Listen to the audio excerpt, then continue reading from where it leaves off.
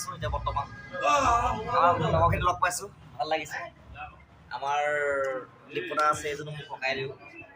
এইটো কাম নাই বহুত ভাল লাগিছে এইটো কাম নাই কাম নহয় নাই। কেলে আমাৰ চাইনাত ইমান এটা ভাল কাম কৰি আছে যথেষ্টখিনি ভাল লাগিছে ঠিক আছে মই অসমৰ সৈতে মই এটা বিহু গান গাব আছে দেই ঠিক আছে